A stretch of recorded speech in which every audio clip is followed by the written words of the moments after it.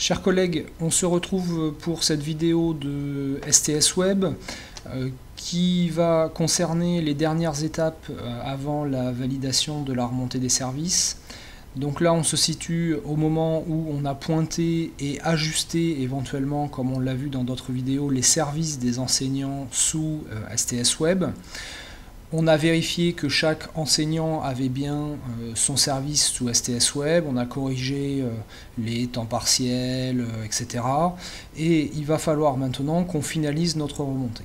Alors, pour savoir si on va pouvoir finaliser notre remontée et voir le détail des erreurs, on va se positionner dans HSA et on va lancer un calcul. Là, STS va comparer ce qu'il y a entre STS Web et le TRM où on a défini les besoins qu'on avait par discipline. D'accord? Donc on tombe sur ce panneau-là. Alors cette fenêtre-là, vous avez la possibilité d'éditer ce document-là. Ça nous sort un PDF qui permet de pointer un petit peu les écarts avec les services des enseignants, de vérifier un petit peu tout ça. C'est assez pratique. Et c'est un tableau, d'autre part, qu'il faudra imprimer pour que votre chef d'établissement, ou vous-même si c'est vous qui vous en occupez, rentre en contact avec le gestionnaire DOS qui s'occupe de l'établissement afin de de réaliser les ajustements sur le TRM.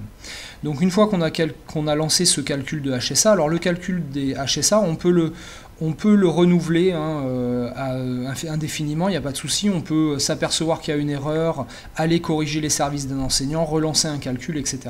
En tout cas, à la fin, il faut qu'on aboutisse à des écarts, d'accord, ici qui sont nuls.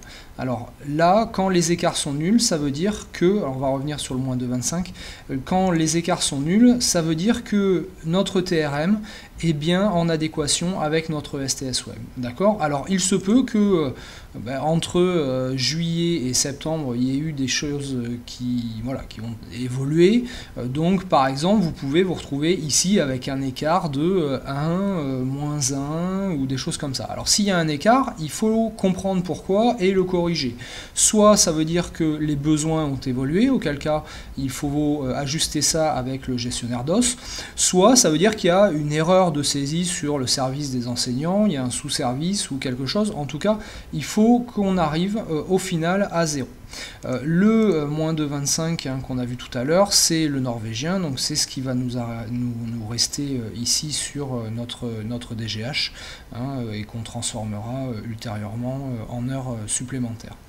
Donc une fois que vous avez pointé tout ça, vous éditez le document, vous rentrez en contact avec vos gestionnaires DOS, qui va mettre éventuellement à jour le TRM, ou vous effectuez vous-même des modifications au niveau des services des enseignants pour corriger les éventuelles erreurs qui restent, et vous relancez le calcul jusqu'à avoir des effectifs nuls. Vous avez ici un bouton détail des erreurs sur lequel vous pouvez cliquer. Ça nous sort aussi un PDF où il nous indique voilà, les soucis qu'il y a qui sont bloquants pour la validation des calculs. Alors évidemment là il n'y en a pas beaucoup puisque j'ai déjà fait ma remontée, mais en tout cas il nous sort une liste de ce qui ne va pas, donc vous pouvez vous y référer et puis corriger un petit peu tout ce qu'il y a à corriger.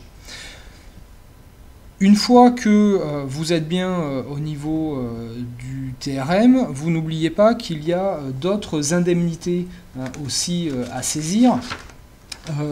Je pense en particulier aux IMP.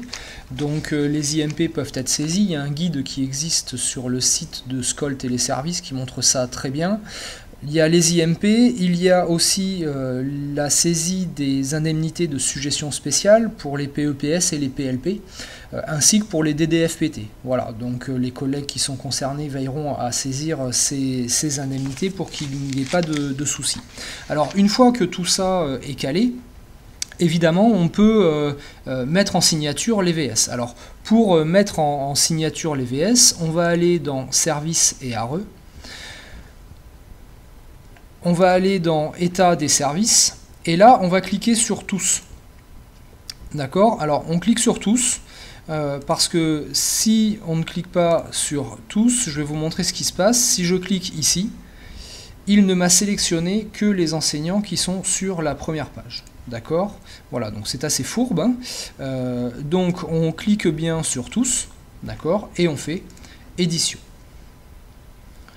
Là, qu'est-ce qu'il va nous générer? Eh bien, il va nous générer l'état des services de chaque enseignant.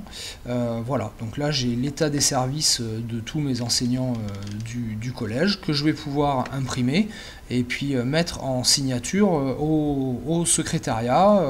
Voilà, on essaye d'anticiper un petit peu que tout le monde ait le temps de passer. La secrétaire ou le secrétaire envoie un message aux collègues pour leur demander de venir signer leur VS.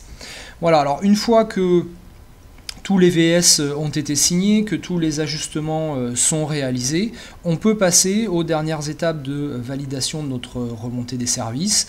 Donc pour ça, eh ben, on va relancer un dernier calcul des HSA, sur lequel normalement du coup on n'a plus d'erreur et on n'a plus rien à corriger. Et on va passer ensuite à la date d'effet, d'accord ? Donc là évidemment j'ai un message d'erreur puisque le calcul des HSA n'a pas été validé. Et mise en paye. Alors il faut savoir qu'une fois qu'on a fait la mise en paye, par contre c'est définitif. On ne peut pas revenir avant.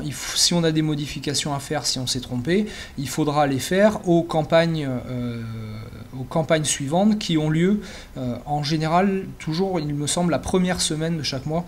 Il y a toujours une campagne modificative sous STS sur laquelle on peut effectuer des corrections. Voilà, donc une fois que vous avez fait calcul, date d'effet et mise en paye, eh bien, vous avez terminé votre remontée des services et on vous félicite parce que ça n'a pas été forcément évident, surtout pour une première fois. Il reste quand même une dernière chose à faire. Je vous rappelle que la circulaire de 2005 nous indique qu'on a certaines choses à archiver, dont ces informations-là. Donc moi je vous invite à générer les PDF, donc l'état des services des collègues, les HSA et la consommation en HSA. Vous mettez tout ça dans un répertoire partagé disponible pour le secrétariat qui va mettre ça dans des archives année par année. Il faut qu'on conserve ça. La durée d'utilité administrative est indiquée dans la circulaire de 2005. Voilà, donc vous avez terminé votre remontée des services et vous pouvez désormais passer à autre chose. Voilà, à bientôt.